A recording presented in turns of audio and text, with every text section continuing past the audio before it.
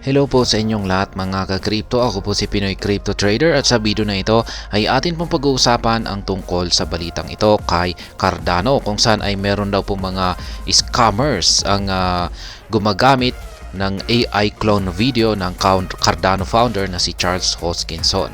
Yan, ginagamit po nila ito para makapang-scam ng kanilang mga biktima. Yan, ito po ay nag-promote daw po sila ng peking Cardano giveaway or ADA giveaway. At ayan, bago po tayo magpatuloy ay nais ko lamang po munang bigyang linaw ang aking disclaimer kung saan ang nilalaman po ng video na ito ay hindi po ito isang financial advice. For education and information purposes lamang po ang layunin nito. Maliban po dito ay nais ko na rin pong magbigay babala na wala pong kahit anumang group chat ang Pinoy Crypto Trader. Yan po si Ginoong Charles Hoskinson. Siya po ang founder ng Cardano.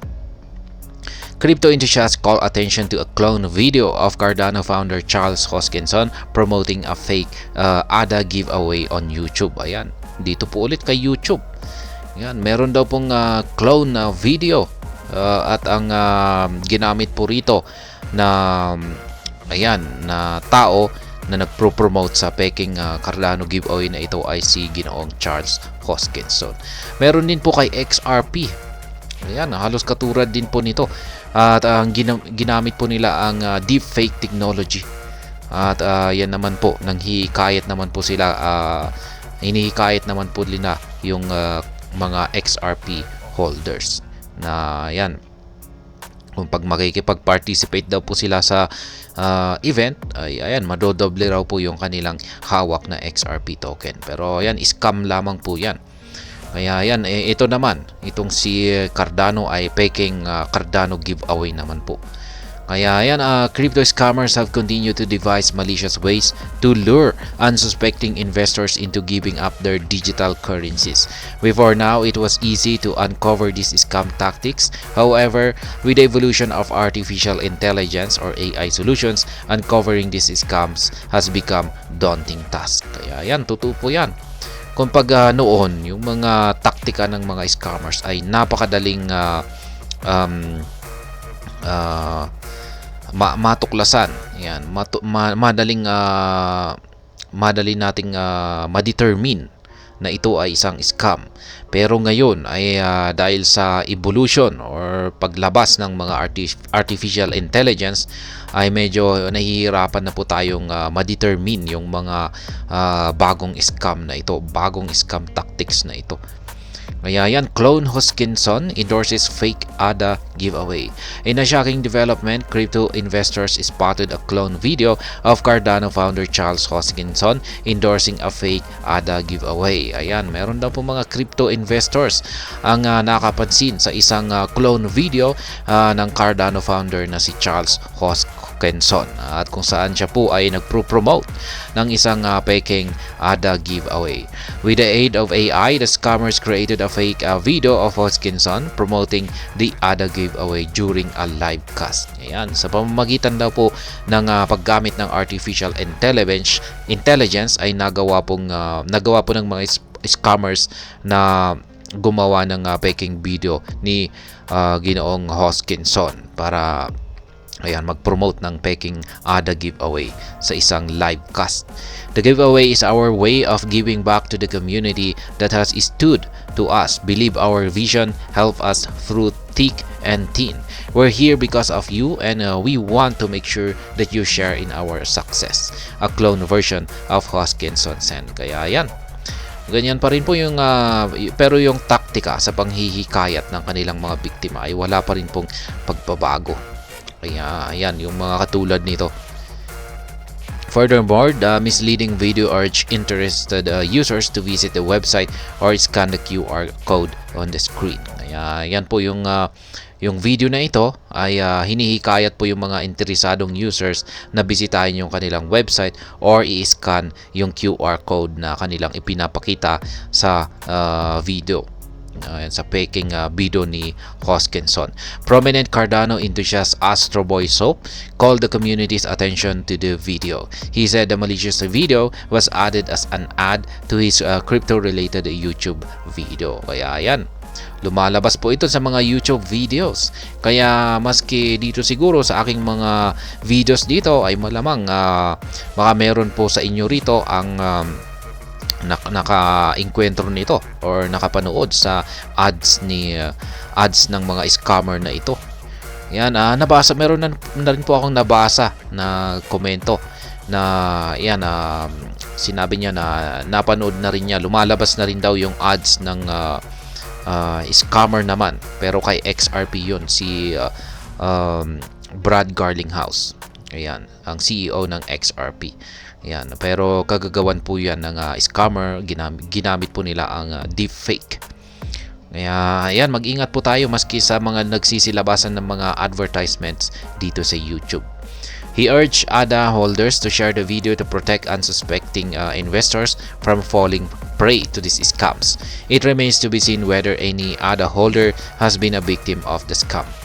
Kaya yan guys, more scams are about. This one here is a deep fake using AI Charles' face and voice to promote an ADA giveaway. Please share far and wide so people know what is happening. It appeared at the beginning of one of my YouTube videos, which makes it even worse. Kaya yan. Ginamitan na rin po ng deep fake itong si Charles Hoskinson. Ayan, maging yung boses ay kopyang-kopya. Yan, kung talagang iisipin mo talaga ay parang siya nga talaga yung taong nasa video na ito. Pero ganyan po talaga yung kakayahan ng deepfake technology. Not new. While AI has recorded significant breakthrough in different sectors, malicious actors have used these technologies to perpetuate scams. This is not the first time malicious malefactors have created fake videos of prominent crypto stakeholders endorsing scam giveaways. As reported earlier, Ripple CEO Brad Garlinghouse alerted the XRP community to a scam targeting the community. He commented on the development after a fake video of him endorsing a fake giveaway went viral on YouTube. Ayan na nga yung na-content natin sa nakalipas na video. Yan, si Ripple CEO na si Brad Garlinghouse. Ganyan din po, ginamitan din po siya ng deepfake technology. Ayan, at ang ginagawa po ng mga scammers ay yan, ginagamit po siya para mag-endorse ng faking giveaway. Ayan, Garlinghouse disassociated himself from the fake giveaway while emphasizing this information about Ripple will be shared via official channels. Meanwhile, Hoskinson has not commented on the scam video making the rounds on YouTube. Ayan, si Ginoong Brad Garlinghouse ay nagbigay na po ng kanyang sariling pahayag tungkol sa kumakalat na faking video na ito. Pero kay Ginoong Charles Hoskinson ay wala pa siyang nailalabas na kahit anumang pahayag or komento. Pero sa tingin ko ay napaka-vocal naman po ni Ginoong Charles Hoskinson. Kaya asahan natin na ayan, mag-iingay po siya talaga. Cardano's community issues new warning. And the development comes hours after the Cardano community alerted its ex-followers about a new scam targeting investors. Ayan naman po, naglabas po ang Cardano community ng babala ayan, sa kanilang mga followers para maiwasan yung bagong scam na ito na tina-target po yung mga kanilang mga investors, mga holders.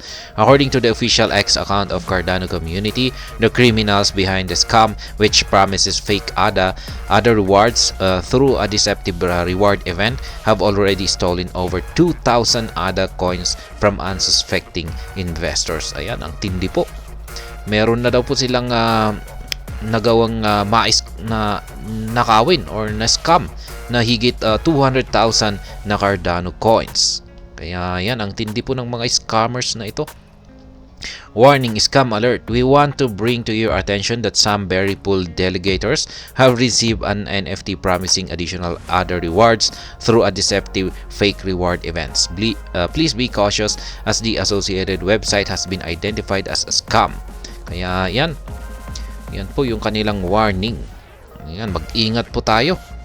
Yan, lalong-lalo na yung mga cryptocurrencies na talagang umaangat or lumilipad yung kanilang mga presyo. Diyan po talaga pumupunta yung mga scammers, or kung saan po yung pinagkakaguluhan, or kung saan po yung maraming mga investors na pwede po nilang mabiktima. Kasi kung mas maraming mga tao, mas maraming mga individual, mas mataas ang tsansa na meron silang mabibiktima. Meron talaga silang maluloko dyan. Ayan, bilang mga investor ay kailangan po talaga nating hindi lamang po yung pag-i-speculate, yan, or pag-i-speculate sa mga market prices ng mga ating mga cryptocurrency assets ang dapat po nating tutukan. Dapat na rin po nating tinututukan yung yung pag-iwas sa mga scam tactics na ito. Kasi wala ring silbi kung maski kumita tayo ng napakalaki yan sa ating ating mga assets, pero kung madali naman po tayong maloko ng mga scammers, ay mawawalan na rin ng saysay yung ating mga kinita. Kaya yan lamang po yung masasabi ko rito. At ayan, hanggang dito na lamang po tayo sa video na ito. Sana po ay inyong nagustuhan ang aking paliwanag dito. Kung inyo po itong nagustuhan, ay pakiclick lamang po ang like button nito. Para naman po sa mga bago lamang dito, kayo po ay aking inaanyayahan para mag-subscribe. Pakiclick na rin po ang bell icon nito, dahil ito po ang siyang magsisilbing notification nito sa mga bago kong videos na akin pong ina-upload sa aking YouTube channel na ito. Marami pong salamat sa panonood. Ingat po tayo lagi, at God bless po sa ating lahat.